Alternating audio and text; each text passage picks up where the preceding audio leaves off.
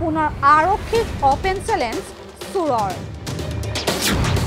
এইবাৰ চুৰিকাণ্ড সংঘটিত হৈছে লামডিং বজাৰৰ মাজমজিয়াত। লামডিং বজাৰৰ মাজমজিয়াত চোৰৰ চাফাই অভিযান। শুকুৰবাৰে সন্ধিয়াতে চোৰে চলায় চাফাই অভিযান।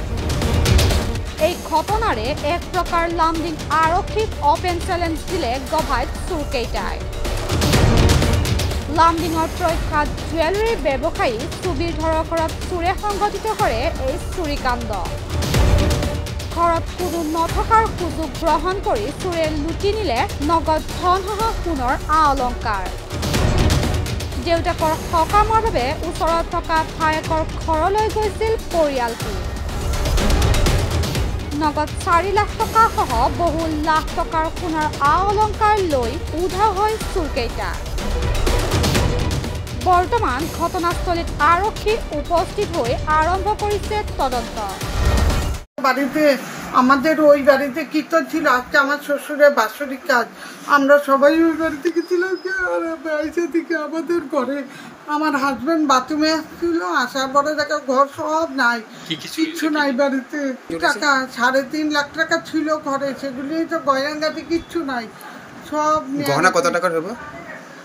অনেক টাকা ছিল। আমার আর শরীরে এত কাজ করে না, আমি স্ট্রোকের পেশেন্ট, আমি করতে পারি না, এত কিছু জানি না, সব ভাঙিয়ে নিয়ে গেছে। 3.5 লাখ টাকা ক্যাশ।